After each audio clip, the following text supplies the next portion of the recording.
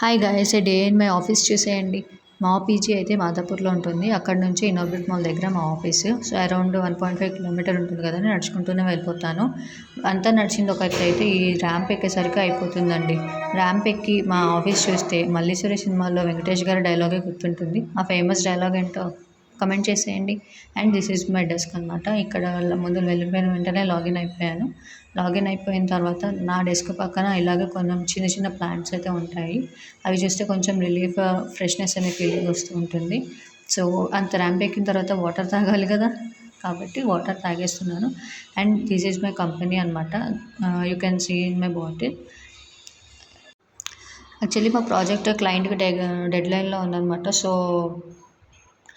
రావాల్సి వచ్చింది ఆఫీస్కి. ఇప్పుడు అందరూ రమ్మని చెప్పేసి ఇక్కడ మ్యాండేటరీ చేశారనమాట.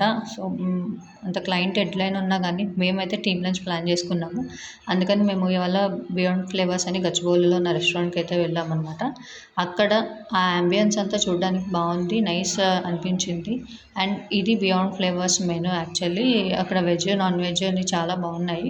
నేనైతే వెజ్జే ప్రిఫర్ చేస్తాను. సో ఫస్ట్ సూప్తో స్టార్ట్ చేసేసాను. స్టార్టర్స్ అనేవి స్టార్ట్ చేశాను. మష్రూమ్, బ్రోకలీ అవన్నీ తిన్నాను అనమాట.